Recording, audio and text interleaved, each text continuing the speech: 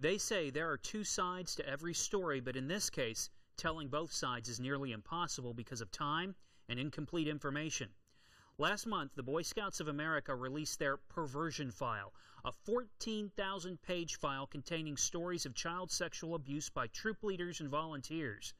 What you're about to hear is the story of one man named in that massive file and his denial of the allegations made against him. He's now 89 and talked with News Channel 15's Tanya Brown about the bombshell dropped on him 50 years later. I'm just hurt. I'm devastated. 89-year-old E. Flynn Menius Jr. of Hartsville says he's never been more saddened in his life. The decorated World War II veteran had his world turned upside down about 3 weeks ago. I said, I can't believe anything like this has happened. Menius was stunned to learn his name was mentioned in a 14,000-page file called the Perversion Files. The Boy Scouts of America kept a confidential listing of accused child molesters who were troop leaders and volunteers with the Boy Scouts. Menius was one of 6 cases in our area listed in the files. But see, I had no idea my name was on any such a list. Nobody never told me that. Menius was Scoutmaster for Troop 512 in Hartsville from 1952 to 1964.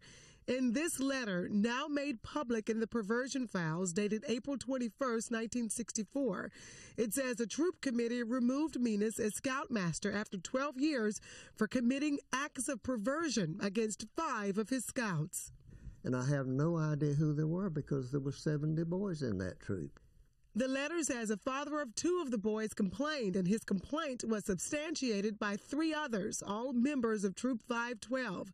The committee says it followed up on the complaint and found it to be true, but the scouts' parents did not want to prosecute, so Menius was never arrested or charged.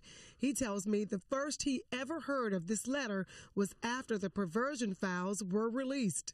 I never received that letter.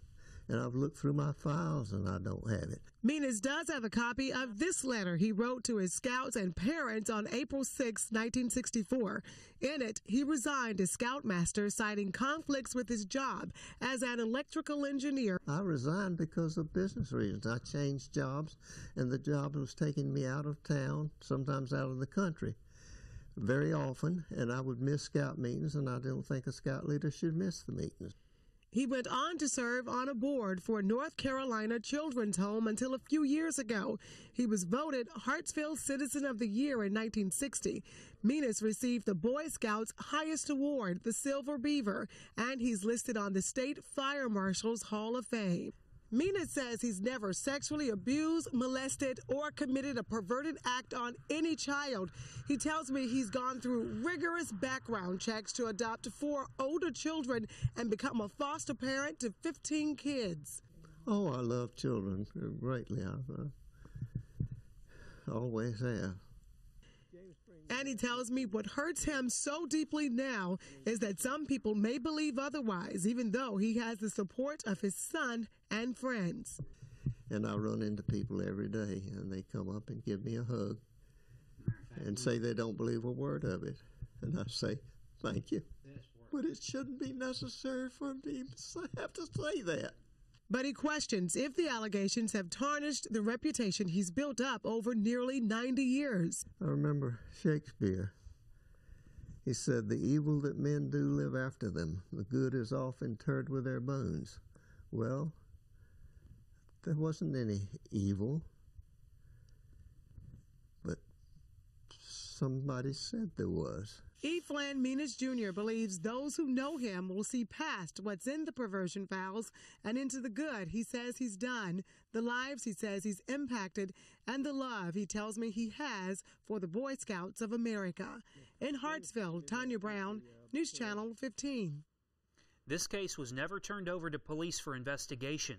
In a story like this, we would normally go to the people who accused Menius to get their side of the story. In this case, that just isn't possible because the names of Menius' 5 accusers weren't documented in the files. As for the person who wrote the letter in the file, the Boy Scouts of America says, quote, "We are not able to provide contact information for the individuals you mentioned or confirm if they are deceased." If we've learned anything this year about child sexual abuse between the Perversion Files and the Jerry Sandusky case, it's how prevalent it is.